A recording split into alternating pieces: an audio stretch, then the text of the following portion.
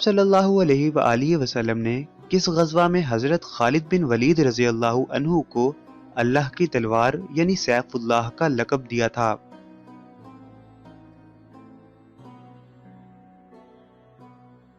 جواب: غزوہ موتا میں۔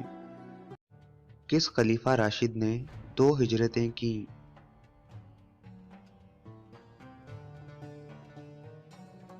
جواب: حضرت عثمان غنی رضی اللہ عنہ نے۔ وہ کون سی شخصیت ہیں جو غزوہ احد میں ایمان کی دولت سے سرفراز ہوئے؟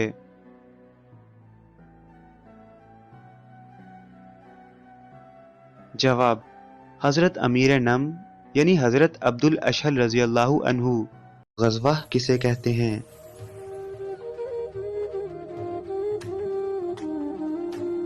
جواب: اس جنگ کو جس میں آپ صلی اللہ علیہ وآلہ وسلم شامل رہ چکے ہوں۔ سب سے پہلا غزوہ کون سا تھا؟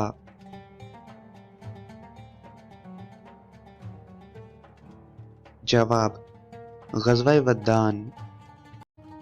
کس غزوہ میں 313 مسلمان اور 1000 کفار تھے؟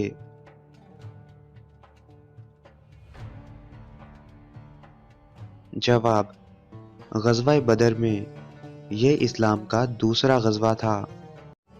غزوہ احد کس ہجری میں ہوا؟